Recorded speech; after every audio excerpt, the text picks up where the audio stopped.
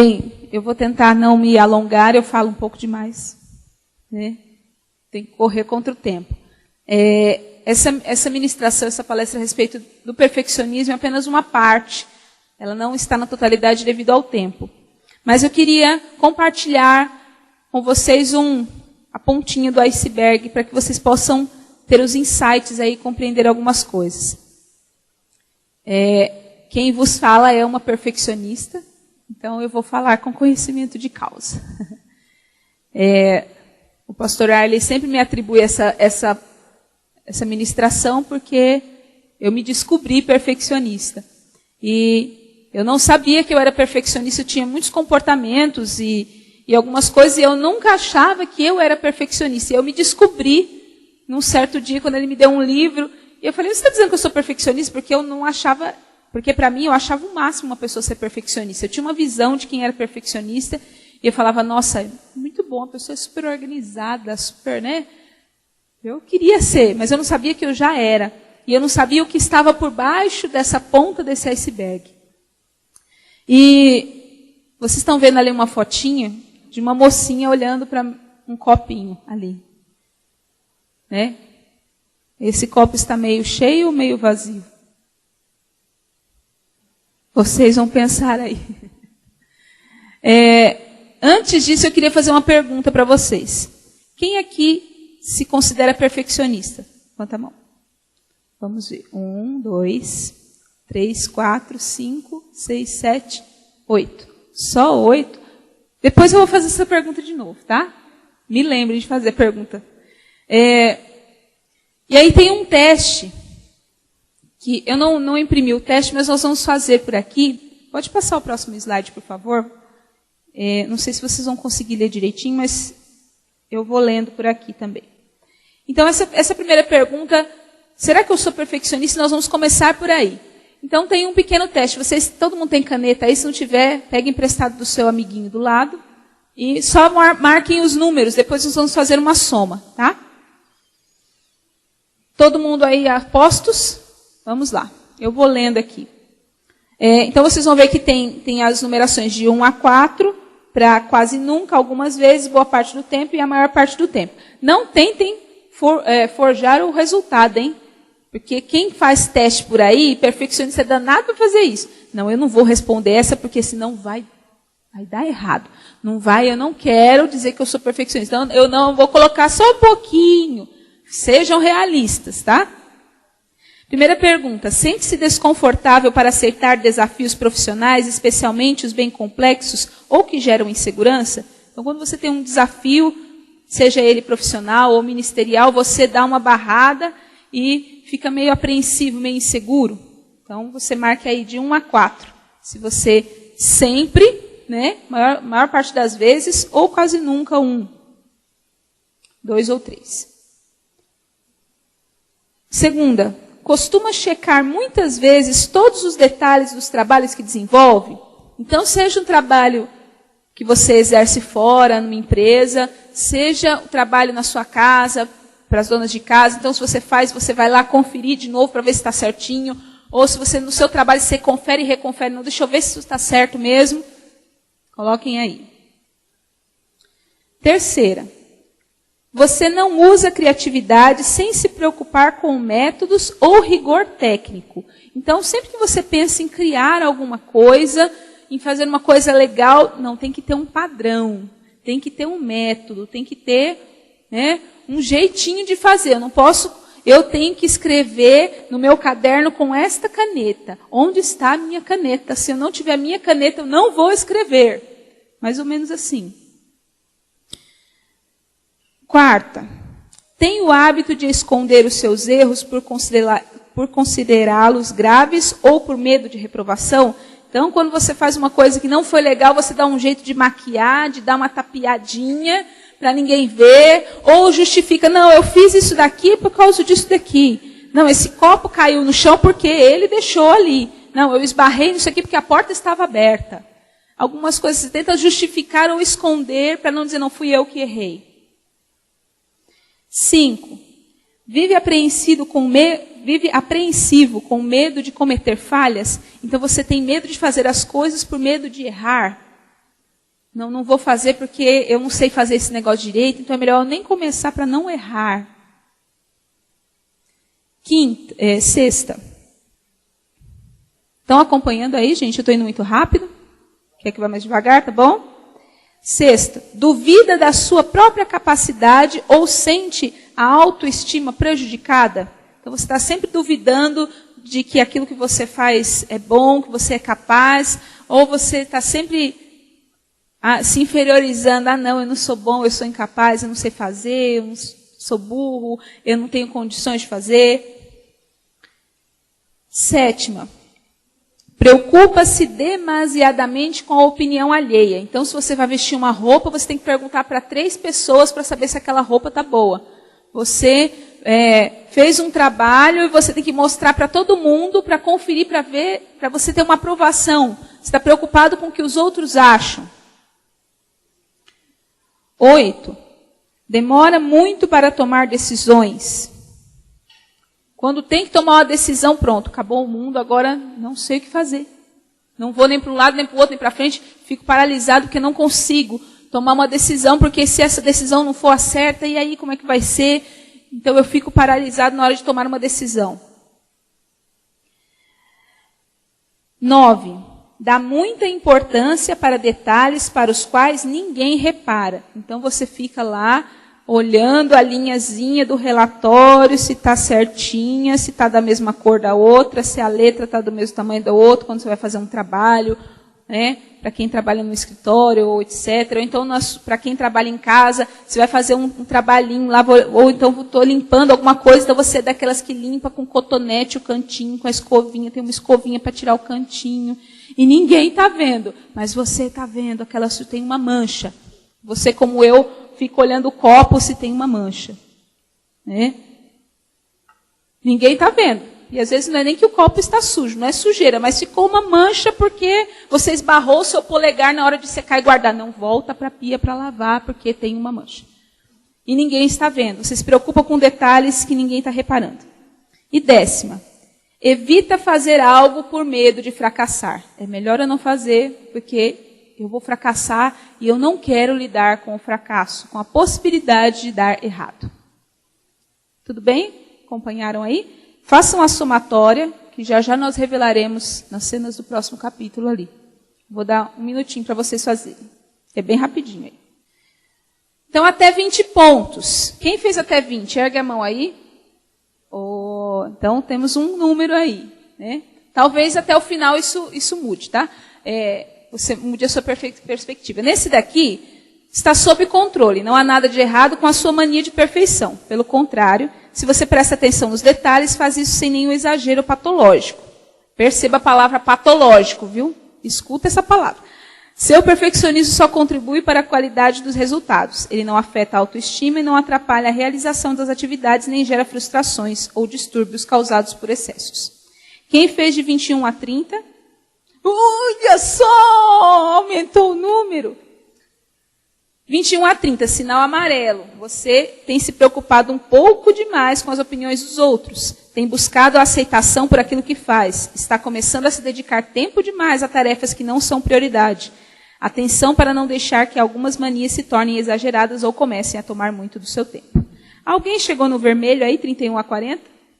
Pode levantar a mão, amados.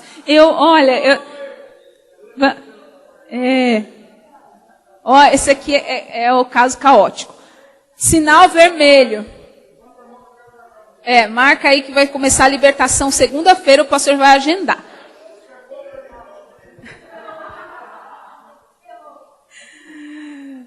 Como diz o povo lá em Paraguaçu, moiou. Sinal vermelho. É bom começar a prestar atenção no seu perfeccionismo. É provável que ele esteja afetando a sua vida profissional ou até pessoal. Talvez você seja excessivamente crítico consigo mesmo e dê muita importância para os detalhes que, para a maioria das pessoas, são irrelevantes. Isso costuma gerar angústia, ansiedade ou prejudicar a conclusão de tarefas. Na pior das hipóteses, pode evoluir para doenças como transtorno obsessivo compulsivo. Volto à palavrinha, patologia. Então, o perfeccionismo, esse teste, se você fizer numa outra época, porque se você está passando por uma crise, a tendência disso aqui vai para o vermelho. Perfeccionismo é um comportamento.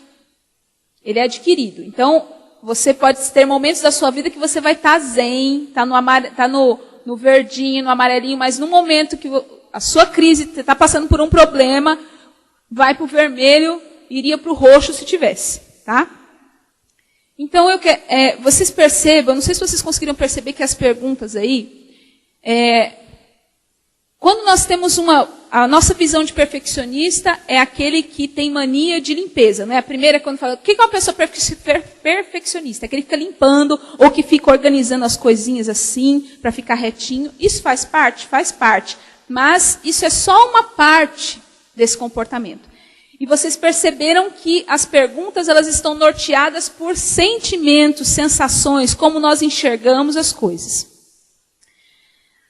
E aí nós vamos passar para o próximo slide, que vai falar sobre a ilusão da perfeição. Perfeição ou perfeccionismo, ele busca essa perfeição, mas isso é uma ilusão.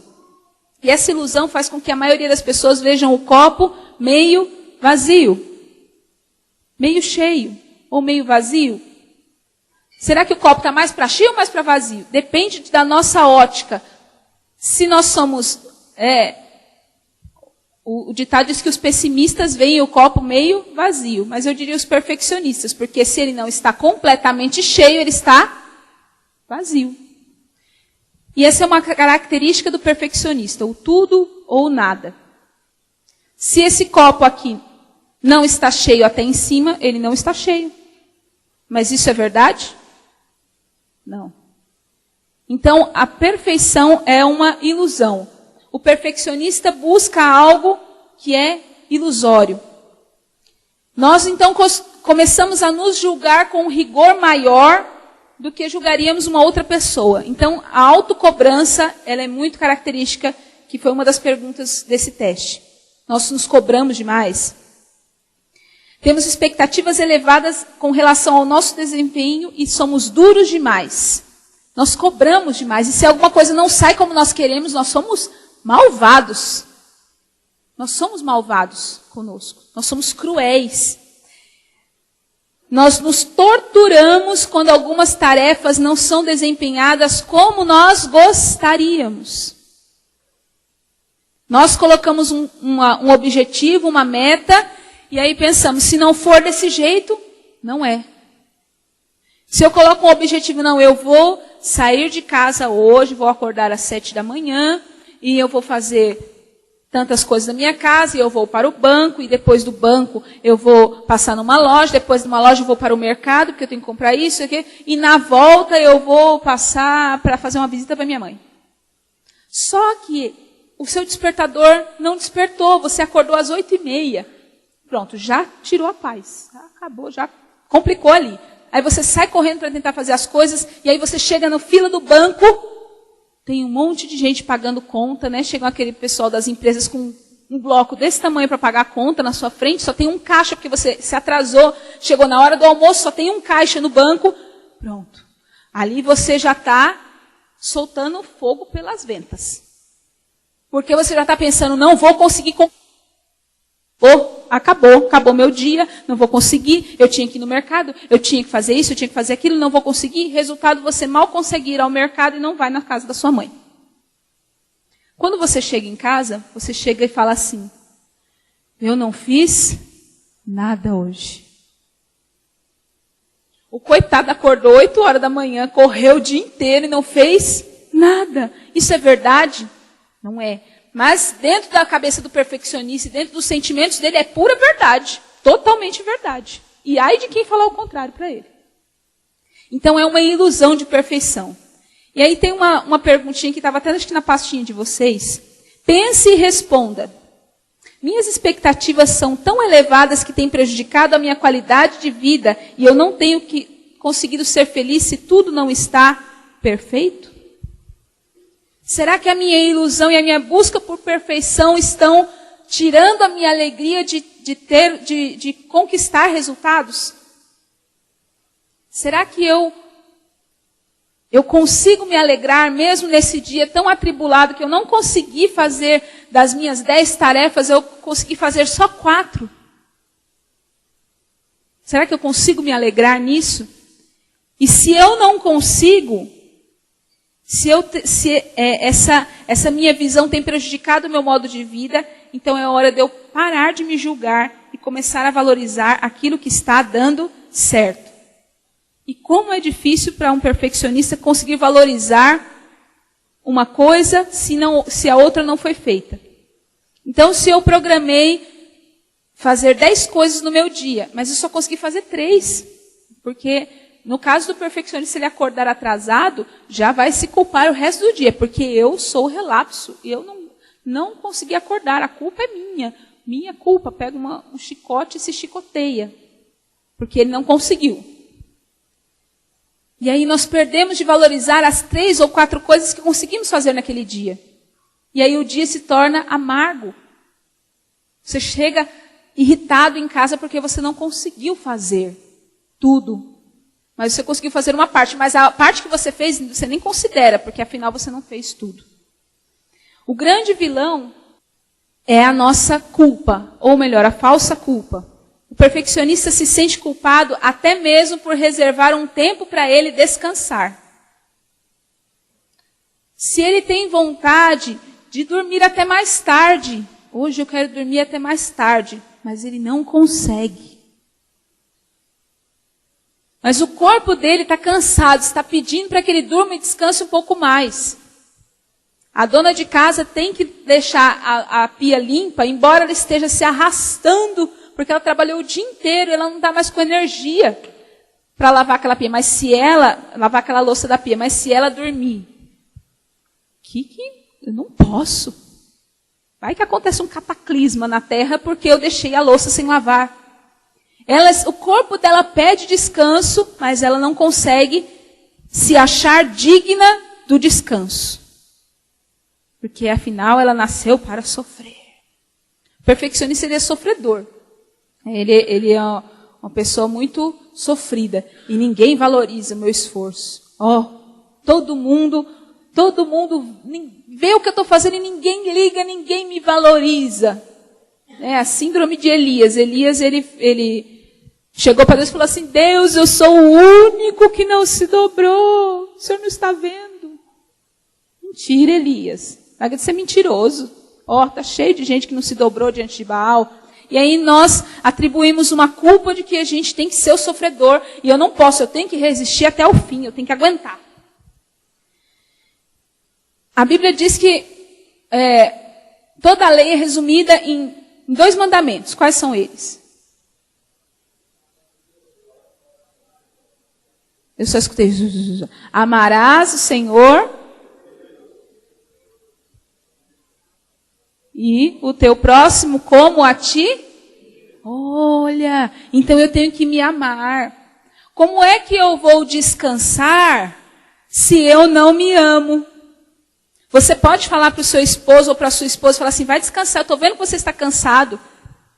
Meu marido é uma pessoa que não dorme, né? Ele é um morcego, né? Então ele fica fazendo atendimentos até 3, 4 horas da manhã, e aí quando ele acaba o atendimento, aí já não tem mais sono, ele vai fazer outras coisas. Às vezes eu estou me levantando para mandar as meninas para a escola e está indo dormir. Porque às vezes ele vai trabalhar só de tarde, né? E ele não dorme, né? E eu falo assim: vai descansar, vai dormir, você está cansado, estou vendo a sua cara que você está cansado. Mas a gente olha para o espelho e vê que você está caco, mas você não tem coragem de dizer: não, eu vou dormir. Porque dormir, o meu corpo, eu sou mais importante do que as coisas da minha casa ou até mesmo que o meu trabalho. Porque a minha saúde, eu só tenho essa. Mas nós não conseguimos nos amar. E essa é uma das características do perfeccionista.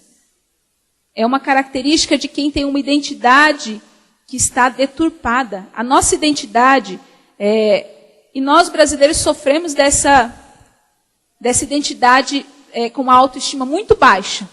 Nós somos massacrados desde muito pequenos, né? Então nós somos os que têm que trabalhar e têm que ralar mesmo e não pode reclamar.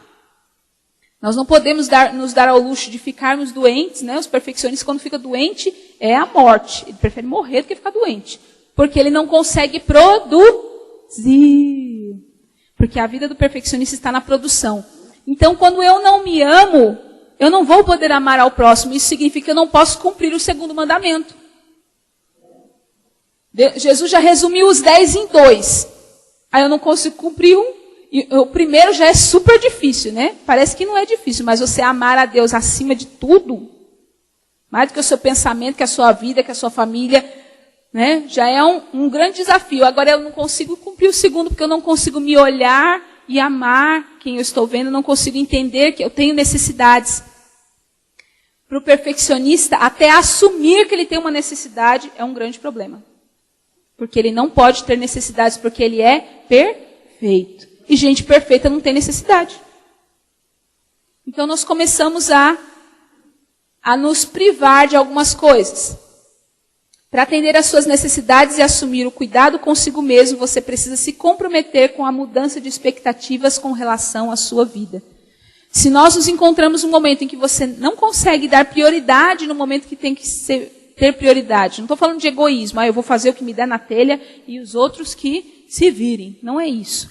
Mas você precisa entender que você também tem necessidades, assim como seu filho, seu marido, né, sua esposa, seu patrão. Eu trabalhei uma certa vez para um patrão que ele achava que eu só vivia para servi-lo. Ele me ligava, teve uma vez que ele me ligou, era quase meia-noite. Preciso que você venha no escritório para fazer. Como assim, gente? Como assim? Nós temos que dar esses limites, e temos que dar os limites para esse perfeccionismo, porque ele não aceita. O fato é que nós podemos ser felizes aceitando e abraçando uma vida imperfeita. Porque nós somos imperfeitos. Só Cristo é perfeito. Lá em Colossenses 3,14 diz, e sobretudo isto, revestivos de amor, que é o vínculo da perfeição. Nós seremos perfeitos quando abraçarmos o amor de Cristo. Ele é o vínculo da perfeição. Ele é quem nos aperfeiçoa. É o amor dele. E aí tem uma definição sobre o que é perfeccionismo. Então tem um livro, Perfectionist Theory, Research and Treatment.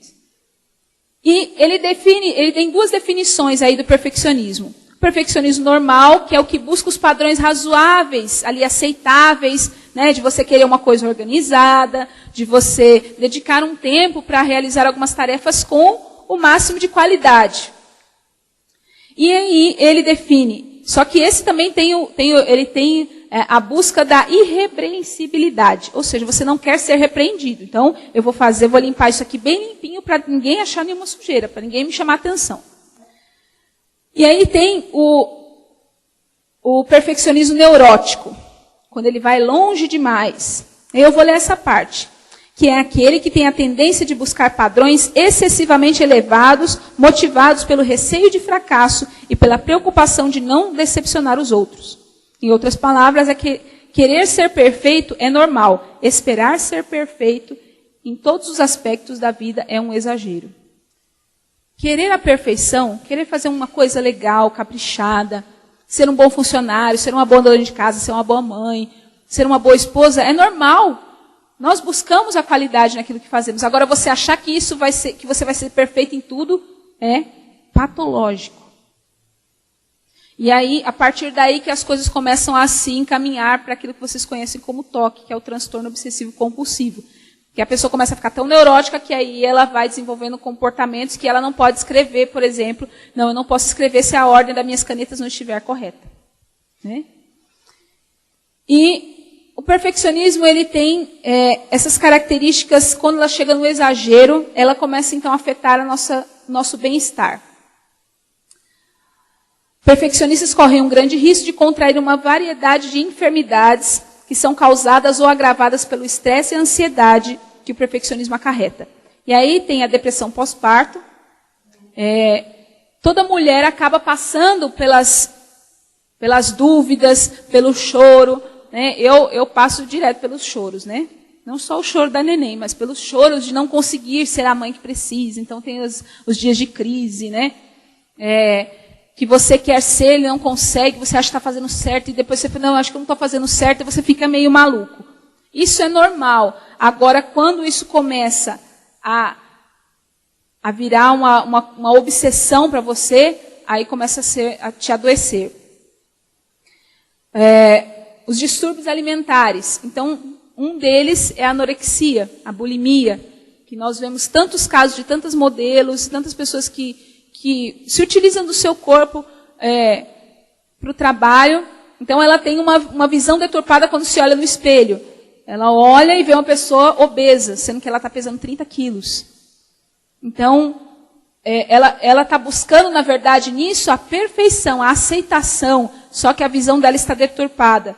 E aí tem os outros casos que são mais comuns, né? Que são a insônia. Esses são os mais comuns. Insônia, os problemas gastrointestinais, né? Úlcera, gastrite, e aí o estresse, a ansiedade, tudo isso. Nós já vivemos num mundo onde o estresse e a ansiedade fazem parte, estão lá grudados na gente, perseguindo a gente. E o perfeccionista potencializa isso em 1000. Aí tem passa aí uma tabelinha próxima. Os 10 principais indícios do perfeccionismo. Então, atente para isso. Não consegue parar de pensar em um erro que cometeu. 2, é muito competitivo e não suporta ter um desempenho pior do que os outros. 3, quer algo que seja exatamente certo ou não quer nada. Exige perfeição das outras pessoas. Não pede ajuda se o pedido puder ser entendido como falha ou fraqueza. Insiste em uma tarefa muito tempo após todos os outros terem desistido. Gosta de procurar falhas e sente necessidade de corrigir os outros quando estão errados. Tem plena consciência das exigências e das expectativas das outras pessoas. Fica extremamente constrangido se cometer os erros na frente dos outros. E 10, percebeu o erro no título dessa lista. Alguém percebeu o erro? É porque o pessoal não estava olhando muito para lá, né? Estava procurando na pasta. Mas o perfeccionista, quando ele bate o olho em algum erro, ele vai caçar erro nos outros. Ele vai procurar. Ele vai procurar um erro na roupa, ele vai procurar um erro na fala, ele vai procurar um erro no papel. Então, quem pegou, os perfeccionistas, com certeza, quando pegaram a apostila, devem ter achado alguns erros, porque foram folheando. Olha, tem uma aqui. Olha, essa fonte aqui está errada, está maior do que essa. Olha, essa palavra aqui ficou com um espaço errado. Automaticamente. Então, quando alguém falou uma coisa errada, você vai, já corrigiu. Quando você vê, já falou. Né?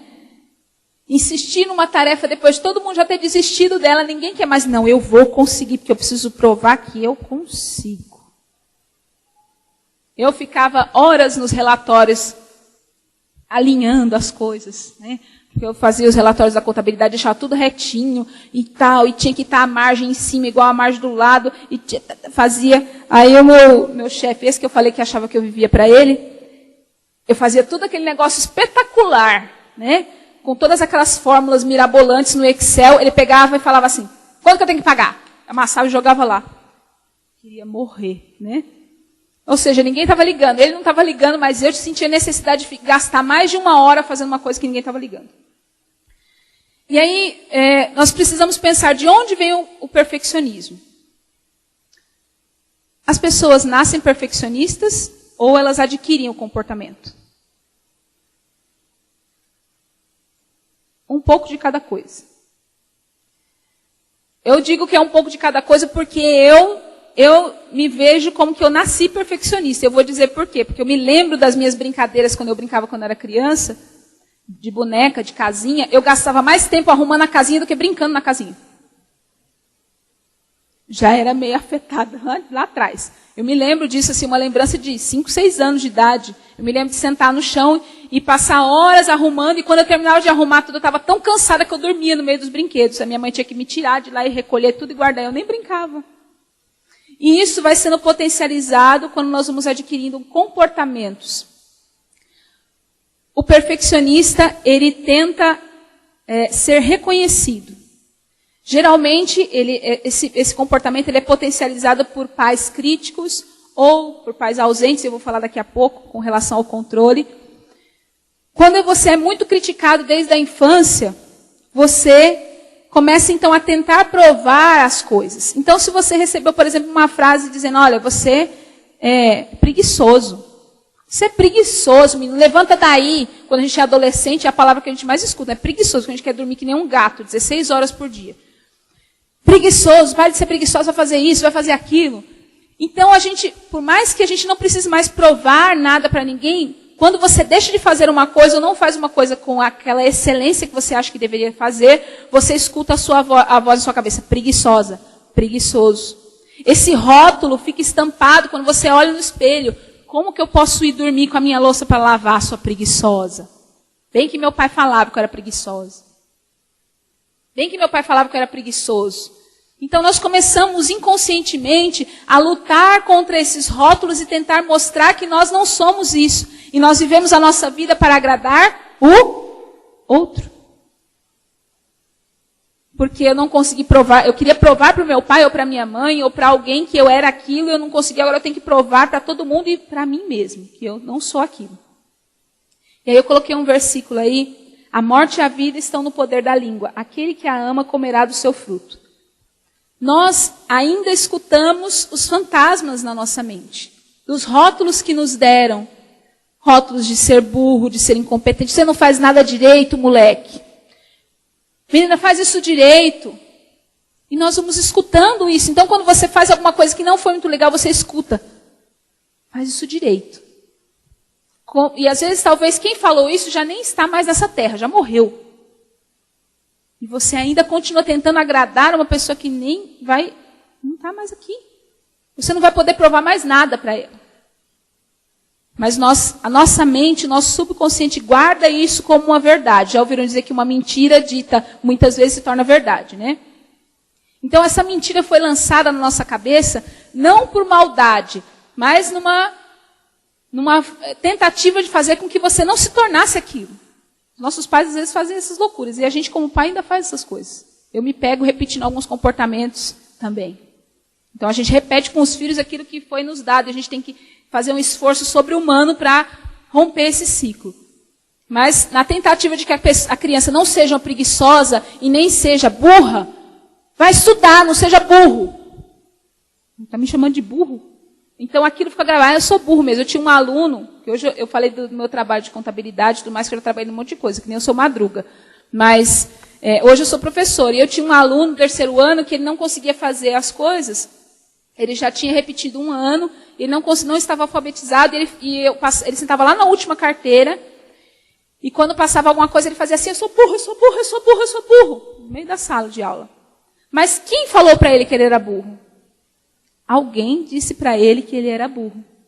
Pode ter sido um professor, pode ter sido a mãe ou o pai. Você não aprende, menino, você é burro mesmo. E alguns de nós ouvimos esses abusos. Porque abuso não é só abuso físico, abuso é verbal. Então, quando a gente fala esse tipo de coisa, a gente está abusando verbalmente dos nossos filhos. Então, quando as nossas palavras elas são ditas com sabedoria, nós vamos colher bons frutos. Agora, quando a gente planta frutos amargos, esses frutos vão gerar. E nós estamos colhendo ainda alguns frutos de sementes que foram semeadas há 10, 20, 30, 40 anos atrás. Quando nós éramos crianças. E ainda estão aqui. E ainda estão aqui. E nós temos que arrancar essas sementes. Elas são difíceis de arrancar, porque é que nem erva daninha. Arranca de um lado, cresce em dois. E aí você vai viver a sua vida podando, mas a gente precisa fazer isso. Outra chave do perfeccionismo é o desejo de controlar.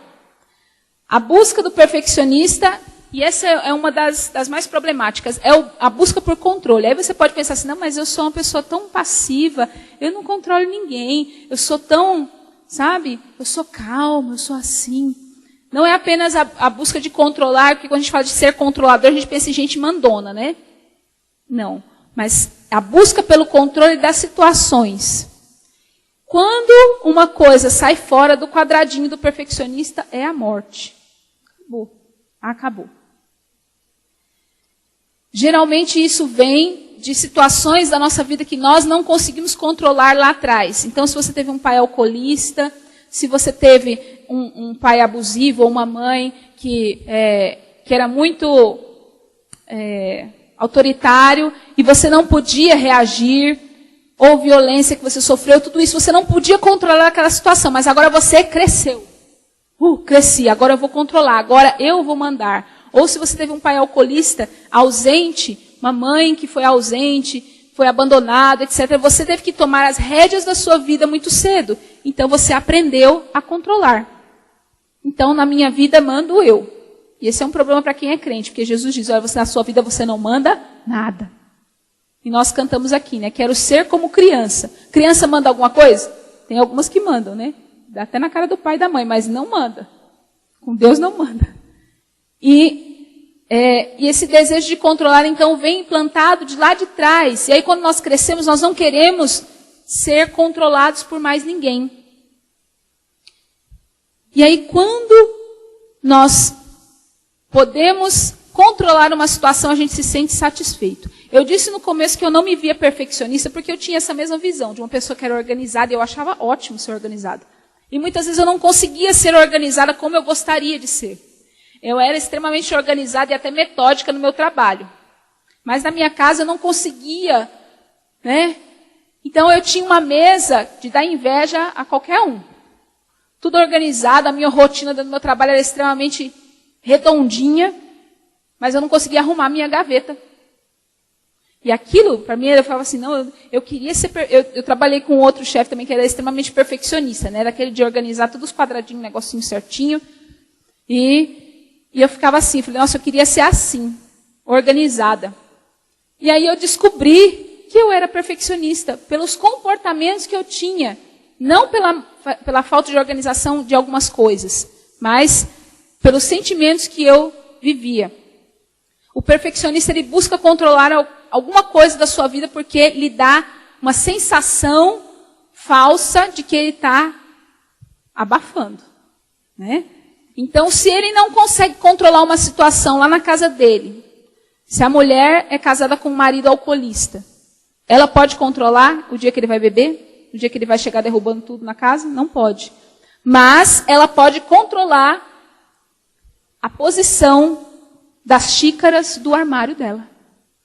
Isso ninguém vai tirar dela e ela vai se sentir realizada.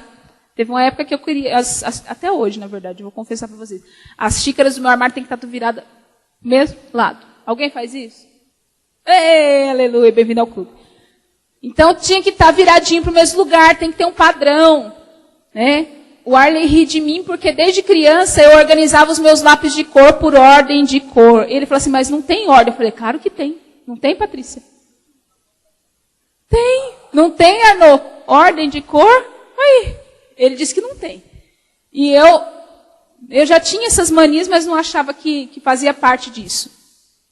Mas quando ele não consegue controlar uma situação que aflige, então ele foge para o perfeccionismo.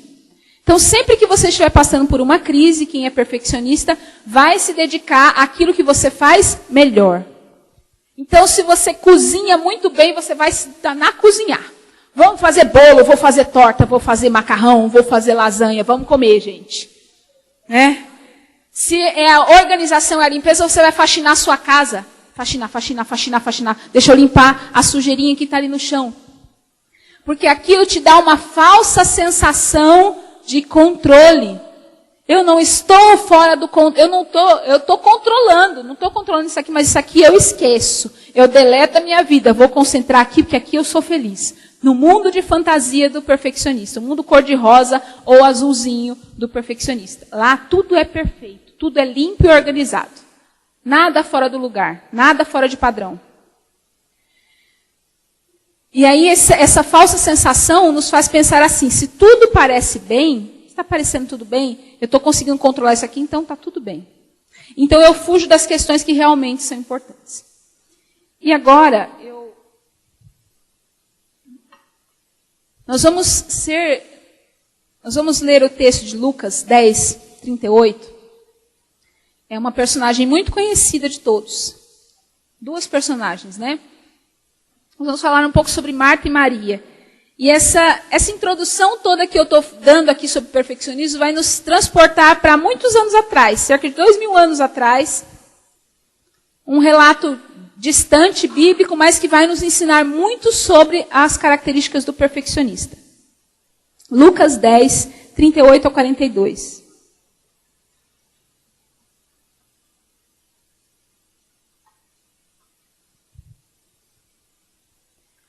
Diz assim, e aconteceu que, indo eles de caminho, entrou Jesus numa aldeia, e certa mulher, por nome Marta, o recebeu em sua casa. E tinha uma irmã chamada Maria, a qual, assentando-se também aos pés de Jesus, ouvia sua palavra. Marta, porém, andava distraída em muitos serviços. E aproximando-se disse, Senhor, não se te dá que a minha irmã me deixe servir só? Diz-lhe que me ajude. E respondendo Jesus, disse-lhe, Marta, Marta, estás ansiosa e afadigada com muitas coisas, mas uma só é necessária. E Maria escolheu a boa parte, a qual não lhe será tirada. Quem de nós nunca se sentiu cansado, fadigado, como Marta? Marta estava por aqui, ela não estava mais por aqui, ela estava por aqui já. Ela estourou todo o limite dela possível. E quantos de nós já não nos sentimos dessa maneira? Pelas pressões. E a partir dessa história nós vamos compreender algumas características do perfeccionismo que eu vou elencando. Aqui tem uma definição, não me lembro se eu coloquei para vocês aí. O que é perfeccionismo? É um sentimento interior de insatisfação com aquilo que se faz ou com aquilo que já se alcançou. Por estabelecer alvos ou metas quase sempre inalcançáveis, o descontentamento e a frustração sempre rondam os pensamentos e sentimentos do perfeccionista. Quando eu disse que nós somos cruéis, nós somos cruéis. Porque nós sabemos que não vai dar tempo de fazer algumas coisas e a gente coloca na nossa lista no papel ou na nossa lista mental, né? Porque quem perfeccionista, ele é especial, ele não precisa usar papel. Ele pode usar a cabeça dele. Então ele tem uma lista mental da hora que ele acorda. Agora eu vou acordar, eu vou levantar, vou abrir os olhos, vou escovar, vou levantar, vou para o banheiro, vou escovar meus dedos, vou lavar meu rosto, depois eu vou colocar aquela roupa, depois eu vou fazer isso. Então você já faz uma... E na verdade nós planejamos coisas para o nosso dia que nós não vamos ter tempo de fazer. Sempre você coloca uma ou duas tarefas, você, lá no fundo, você sabe que não vai dar tempo. Mas você coloca porque você quer se desafiar. Porque o perfeccionista ele é extremamente competitivo. Ele compete com ele mesmo. Sabe aqueles atletas que batem o próprio recorde? Então, é o perfeccionista. Ele quer bater o próprio recorde. Ontem eu consegui fazer 10 coisas, hoje eu tenho que conseguir fazer 12. Mas ele não coloca 11, não. Ele coloca 12 ou 13. Porque ele é bom. Só que nós somos cruéis sabendo que tem uma grande chance de você não conseguir fazer. E você já sabe que no final do dia você vai estar chateado porque não conseguiu fazer.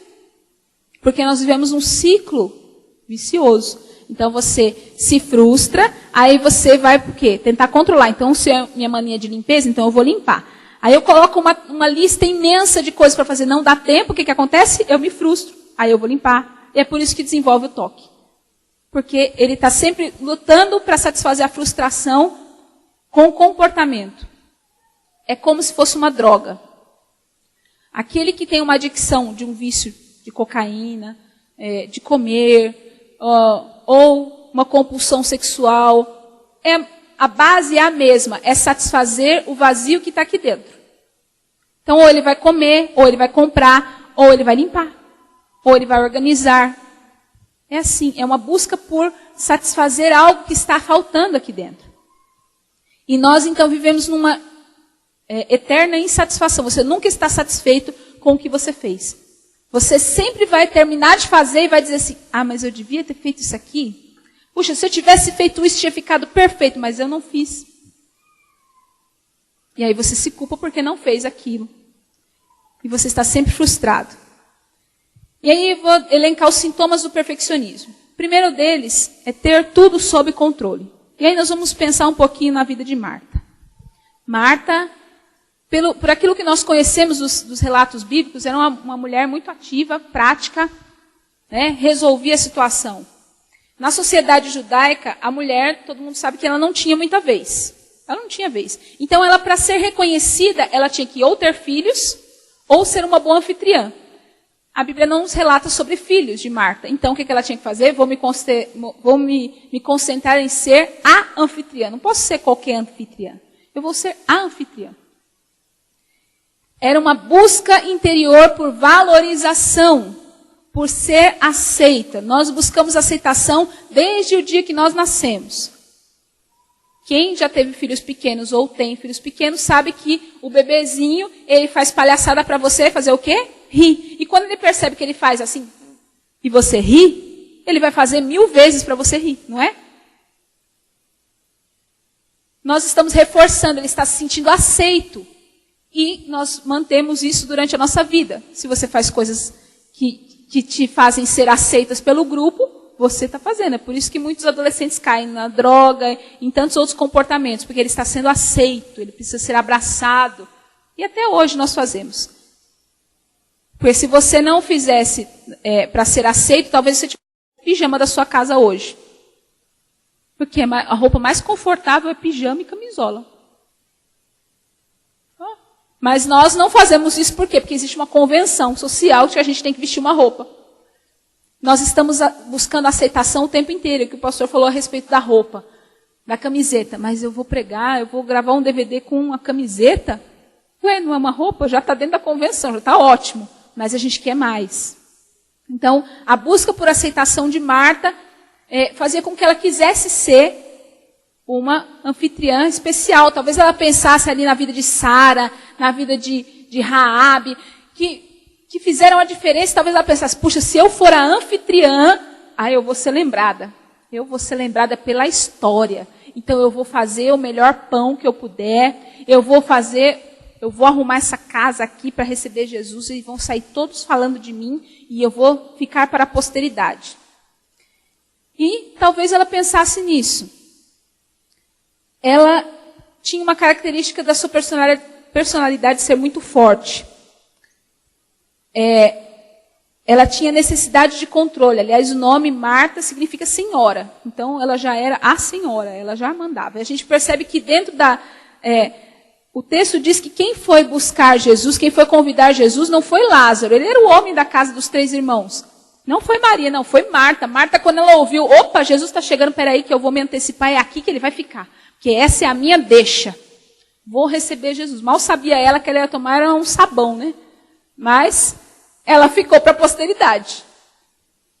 Aprendemos com as lições através da vida dela.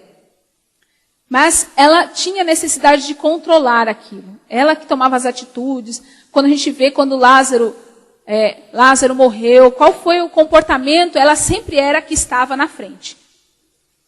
E uma das grandes aflições de um perfeccionista é perder o controle. Se ele perder o controle da situação, ele está morto. E eu tenho passado por isso, né, experiência própria. Que ele estava falando lá que a nossa casa, a decoração da nossa casa são bonecas. Bonecas e brinquedos, né? Não bastando uma, são 3. Então, por onde elas passam, elas deixam o rastro do tsunami para trás. E você viver essa falta de controle é muito complicado para um perfeccionista, porque ele arruma, daqui 2 minutos está tudo desarrumado, ele quer morrer. Né? E eu falo que eu estou vivendo pela 3ª vez o luto da minha rotina, porque quando a mulher, quando você se casa, você vive o luto você tem que viver o luto da sua rotina, da sua vida de solteiro.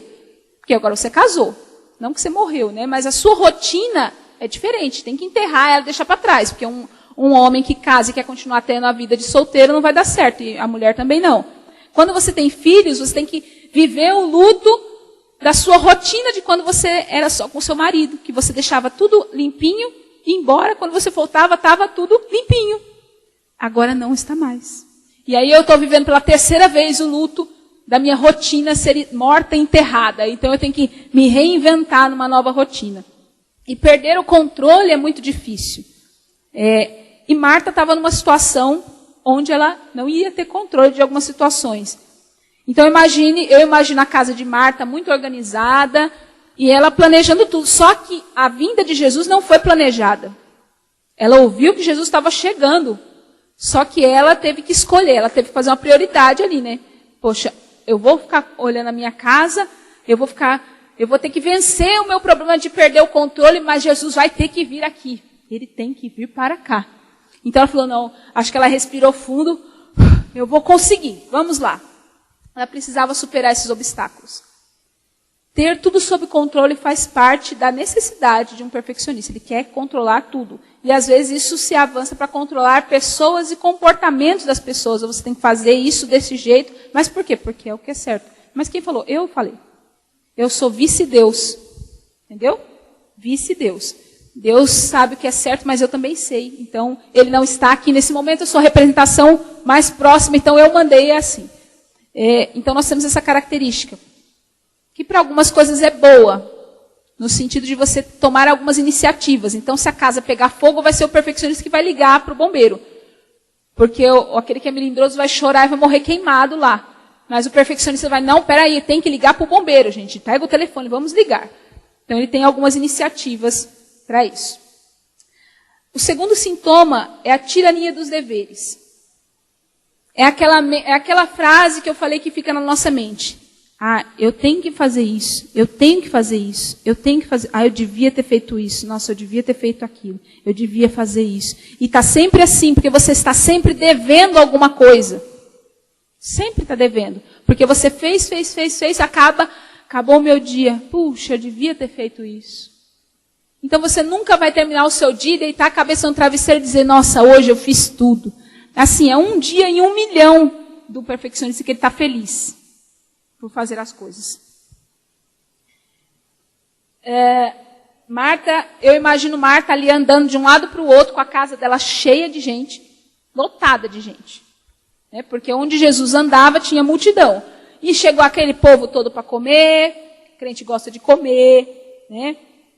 Chegou aquele povo todo para comer e ela já tinha, rapidamente quando ela escutou, né? Naquela época pelo menos as pessoas andavam a pé, talvez Jesus demorou algum tempo para chegar na casa dela, deu tempo dela botar as coisinhas lá no forno para fazer, vamos fazer pão, vamos adiantar, vamos limpar a casa, vamos colocar em ordem Maria, e aí aquele povo vai chegando e gente na janela, e gente no sentado, veio com o pé de barro, pisou no tapete dela, e aquilo talvez foi subindo o sangue dela. Foi dando um negócio dentro dela. Talvez ela estava com vontade de mandar todo mundo embora daquela casa. Vai embora daqui! Mas ela não podia, porque ela tinha que ser uma boa anfitriã. Então ela teve que respirar fundo, engolir a raiva dela.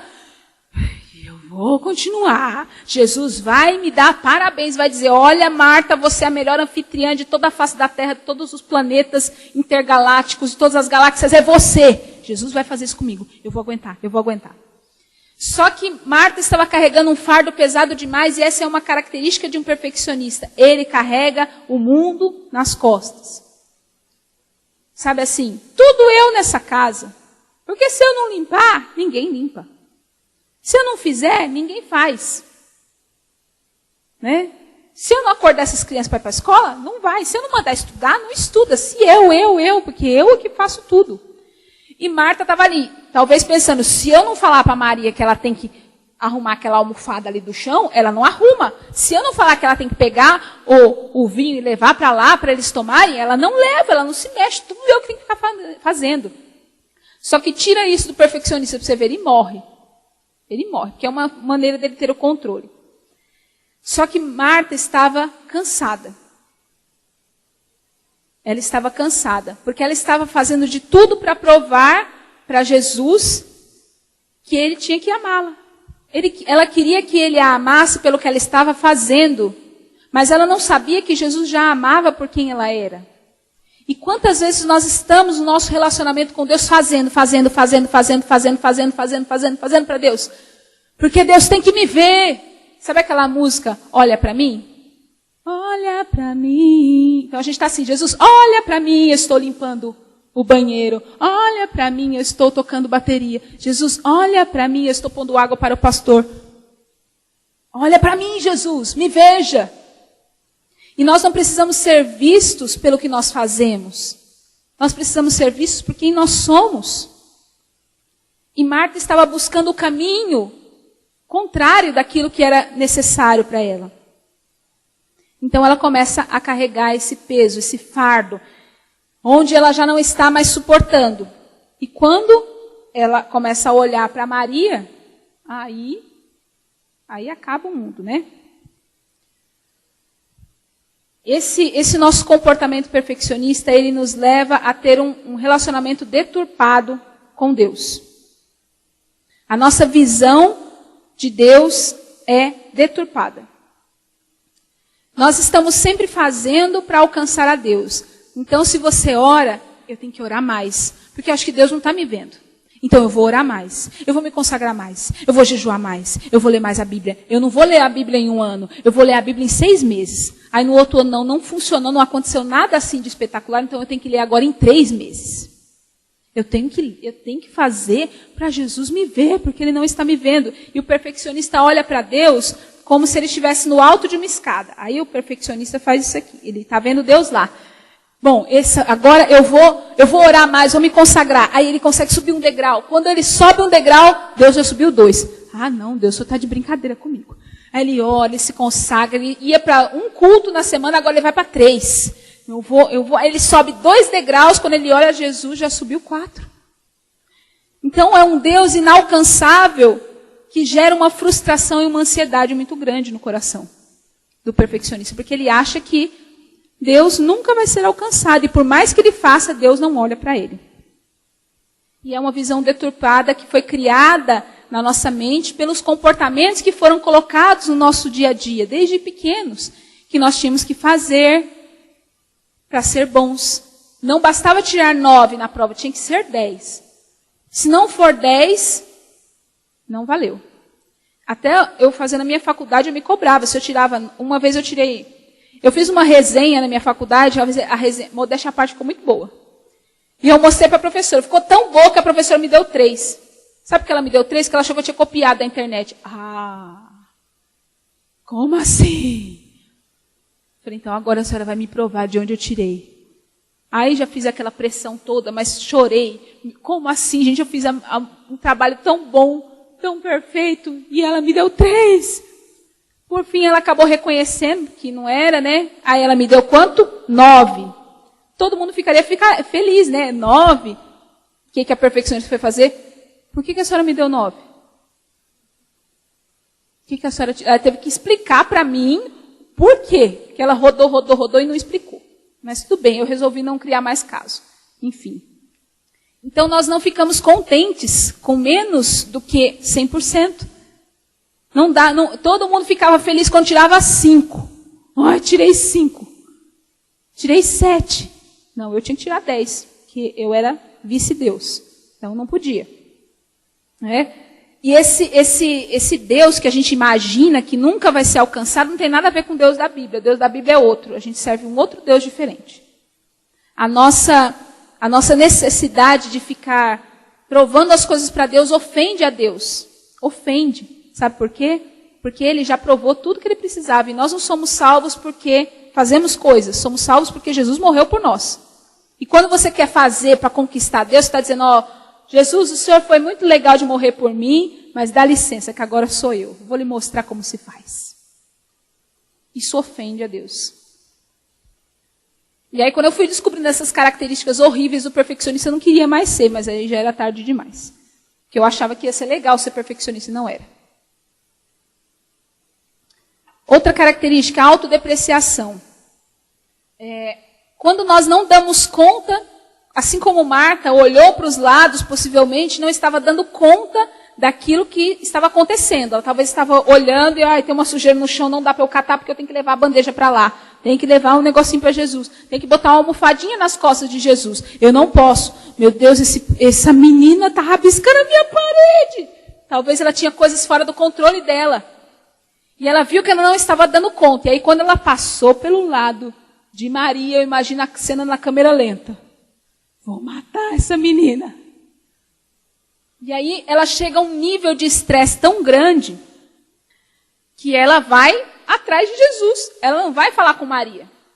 Porque talvez ela tenha passado batendo o pé bem forte, perto de Maria. E Maria estava lá. Ai, Jesus, que palavra abençoada, Senhor, fala mais. Fala que eu estou me enchendo. E Marta estava soltando fumaça. E aí ela chegou para Jesus, talvez disse assim, o senhor não está vendo nada não, Jesus? Não está te dizendo nada, essa menina aqui, porque ela não pode estar aqui. A mulher não pode aprender a lei junto com o resto dos homens. O senhor não está vendo que não tem nenhuma mulher aqui? O senhor não sabe a lei não, Deus? Ô Jesus, o senhor está em que planeta? O senhor não está incomodado não que eu estou aqui, porque é tudo eu nessa casa. Tudo eu nessa casa. Essa menina aí está sentada, essa preguiçosa está sentada, o senhor não vai fazer nada? Porque a tua palavra diz que o preguiçoso tem que ter com a formiga. Fala para ela, não se te dá que ela está aí sentada e não está me ajudando? Diz para ela me ajudar. E aí começa o soco na cara de Marta, né? Nós muitas vezes acabamos nos sentindo como Marta. Quando a gente perde o controle das coisas e vê que não está dando conta, a gente começa a se sentir inútil. E começa a se depreciar, porque não consegue fazer. Eu sou burro, eu sou incapaz, eu não sei fazer nada mesmo.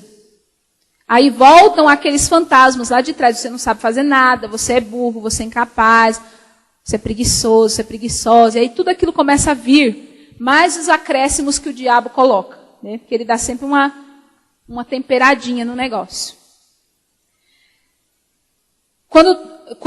Quantos de nós também nos sentimos inúteis por não conseguir fazer tudo certo, por não alcançar os objetivos?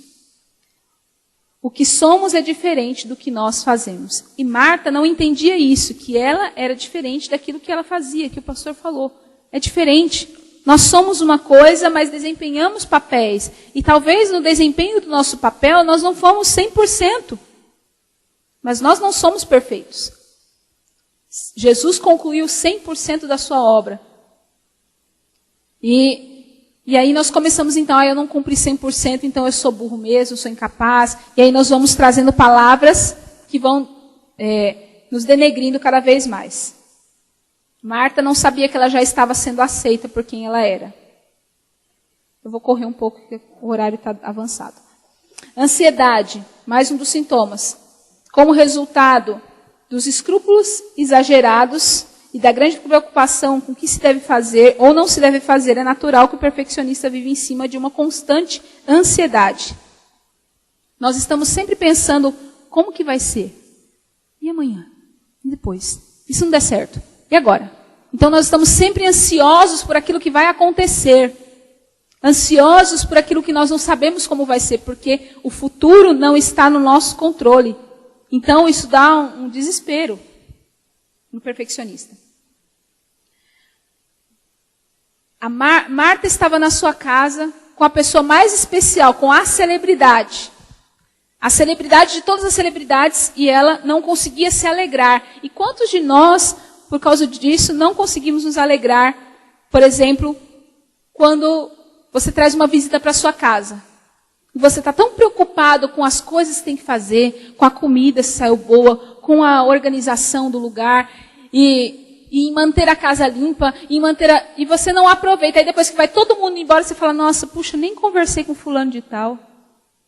Ou então quando se está organizando um evento, que aqui, pelo que o pastor falou, tem muitos líderes, quando você está organizando um evento na igreja, você está tão preocupado com tantas coisas para fazer que você nem aproveita o evento. Nem se alimenta daquilo que foi feito. Eu costumo dizer que eventos são duas alegrias. Uma quando começa e a outra quando termina. Porque para o perfeccionista ele tem que acabar aquilo. Ai, graças a Deus, acabou.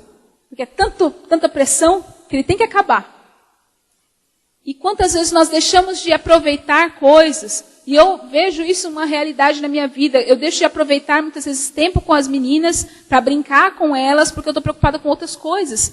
Coisas que tem todos os dias. Mas que a gente, quando se vê, já está preso naquilo. Então, se você talvez não brinca com seus filhos, ou talvez com seus sobrinhos, porque você está preocupado com a bagunça que eles vão fazer. Né? E aí nós deixamos de aproveitar algumas coisas. Quantas vezes nós deixamos de comemorar o resultado de um projeto só porque não saiu tudo como deveria, como a gente acha que deveria. Então, a gente planeja sair de um jeito, mas não saiu tudo, aí você já fica frustrado. Então, se você ensaia uma música para cantar e, puxa, não saiu do jeito que queria. Ah, Deus pode ter derramado uma unção. Ah, mas não saiu. Ixi, errei. Ah, toquei uma nota fora. Ou cantei errado. E aí nós deixamos de comemorar os resultados por isso. Legalismo. Na verdade, o que tem no coração do perfeccionista é uma não aceitação da plena salvação pela graça. O perfeccionista não consegue entender como é que Deus dá um negócio tão bom de graça.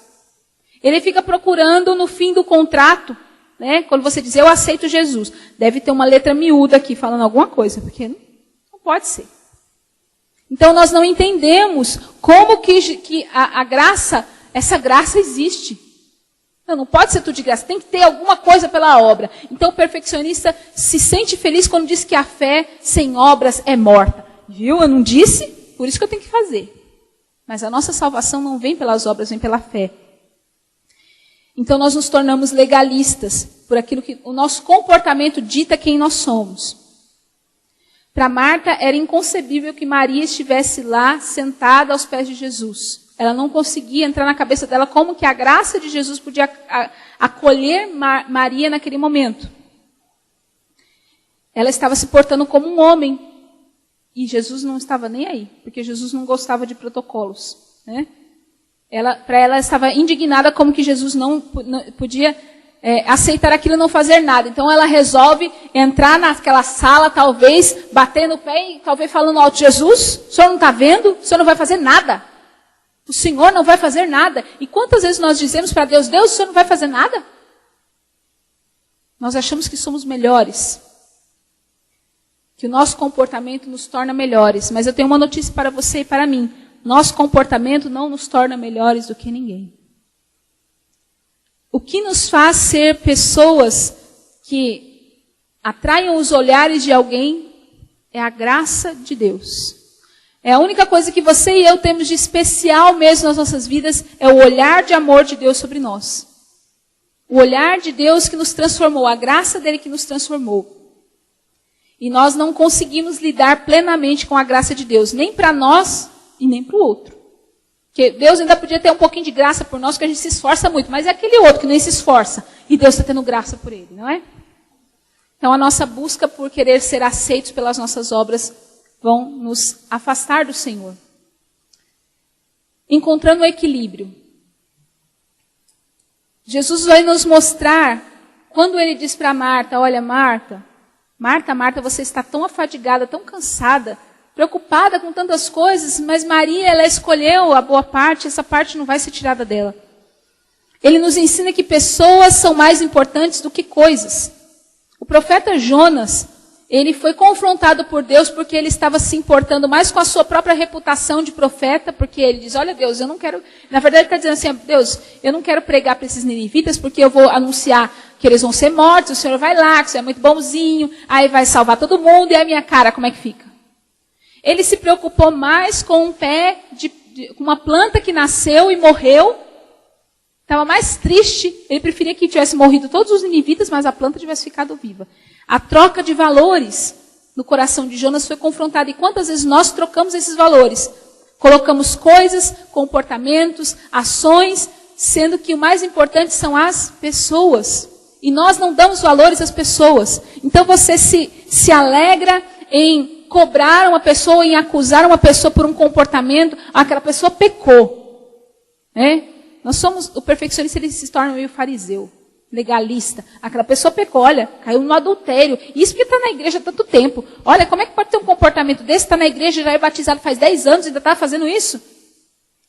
E não se preocupa com a pessoa de falar assim: meu amado, você quer que eu ore com você? Olha, eu fiquei sabendo disso, queria saber como que você está. Eu posso te ajudar? Ih, não faz isso não. Ele não é digno. Jesus queima ele. É assim, né? Manda fogo, Senhor.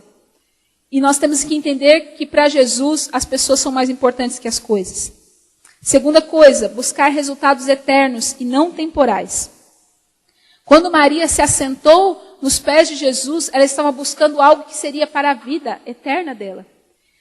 Marta estava preocupada com o momento, com aquilo que era temporal, mas Maria abandonou o temporal para buscar aquilo que era eterno.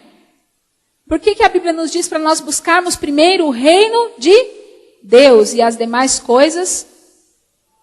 Mas nós fazemos o quê? Buscamos as demais coisas e o reino de Deus que corra para se acrescentar na minha vida. Se vira aí, Deus, a bênção vai chegar, vai bater na minha porta, eu vou esperar. Então eu vou correr, vou trabalhar, vou fazer outras coisas. E essa uma coisa que Maria escolheu não é um ritual, não é uma oração, não é uma ação, não foi o fato dela se sentar. Então eu vou me sentar nos pés de Jesus. Não foi apenas o fato dela parar para ouvir. Jesus não espera um ato das nossas vidas, mas Ele espera que nós escolhamos. Essa uma coisa é um modo de viver. É nós aprendermos que não é um lugar que eu vou naquela igreja. Lá em Paraguaçu o povo troca muito de igreja, porque essa aqui não está boa, eu vou para aquela. Não, essa aqui não está muito boa, vou para aquela, para ver se ali tem. Né? E começa a rotatividade, mas não é um lugar que nós vamos. Essa uma coisa, são as nossas prioridades, são as nossas escolhas diárias. É o modo como nós procedemos no nosso dia a dia. E perceba que Jesus disse, ele não disse que a parte que Marta escolheu era ruim. Ele disse que Maria escolheu a melhor parte. Então a outra parte não era ruim. Não é ruim você querer fazer as coisas para Deus e trabalhar para a obra do Senhor, mas essa não é a melhor parte. Porque fazer as coisas nessa terra para Deus, ela vai te gerar resultados aqui, terrenos. Então você se dedicar 1000% num evento é ótimo, vai gerar muitas coisas para muitas pessoas. Mas não é a melhor parte para você. Você não pode viver só de fazer coisas na igreja.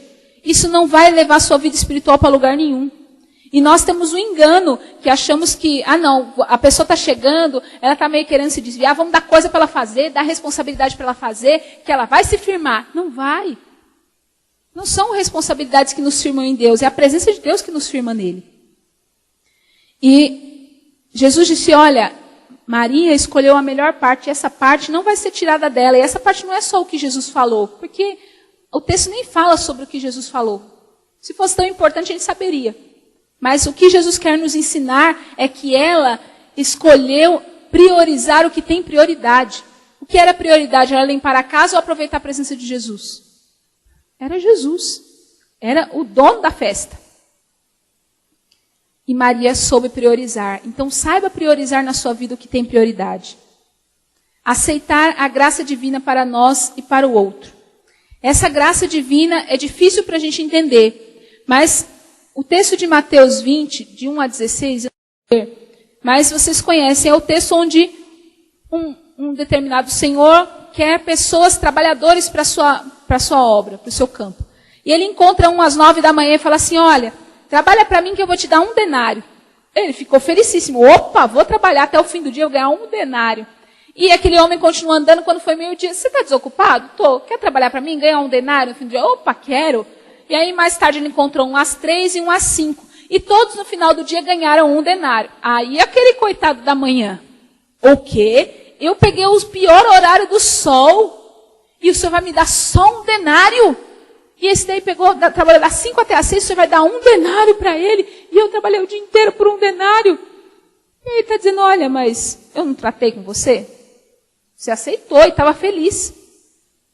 E nós então começamos a olhar e falar assim, Jesus, eu trabalho tanto na tua obra e o Senhor não me deu nem uma bicicleta. E aquele outro lá, ele chegou agora na igreja, o Senhor já deu um carro para ele. Eu estou orando, Jesus, para o Senhor me dar um varão de Deus, uma varoa para eu me casar. E aquela pessoa chegou agora, nem largou direito as coisas erradas que fazia, o Senhor já deu a princesa da igreja, o Senhor já deu para ele. Como que o Senhor faz isso? Isso se chama graça. Não tente entender os padrões de Deus, porque ele não tem padrão, ele faz o que ele quiser. Entendeu? A bola é dele, o brinquedo é dele, o playground é dele, a festa é dele, os convidados são dele, ele faz o que ele quiser. E nós precisamos nos alegrar com o que nós temos. Então aquele homem não se alegrou com 1 denário que ele tinha dado, mas ele ficou deprimido, porque viu que o outro tinha a mesma coisa que ele, e trabalhou muito menos. Deus jamais pode ser medido pelos nossos padrões. Não pode. A última coisa, estou terminando. Aceitar o amor incondicional de Deus. Deus nos recebe e nos aceita, mas nós não aceitamos. Nós não aceitamos. Nós não aceitamos que somos perdoados. Às vezes nós oramos, Deus me perdoa que eu fiz uma coisa errada. Mas quando basta o diabo jogar uma seta, a gente volta a se sentir que não fomos perdoados. Não, o meu pecado foi tão grande que Jesus não pode ter me perdoado. Nós não somos salvos porque fizemos coisas boas. Nós somos salvos porque Ele fez tudo certo. Quando Deus olha para nós, Ele não vê a minha vida puramente, simplesmente, mas Ele nos vê através de Jesus. Então, quando Ele olha, Ele vê em Jesus 100% da lei cumprida. Nenhum de nós pode cumprir 100% da lei. E para isso, Deus é perfeccionista. Se cumpriu 99,9%, não cumpriu a lei. Descumpriu a lei. Você e eu conseguimos cumprir? Vamos conseguir, mas nem que você viva dentro da igreja, você não vai conseguir cumprir a lei. Mas teve um que conseguiu por mim e por você. Ele nos justificou, ele nos deu a justiça dele. Ele pegou a sua justiça e falou, toma, veste. Você não é digno dela, mas eu quero te dar. Nós precisamos aceitar esse amor incondicional. Se coloque de pé.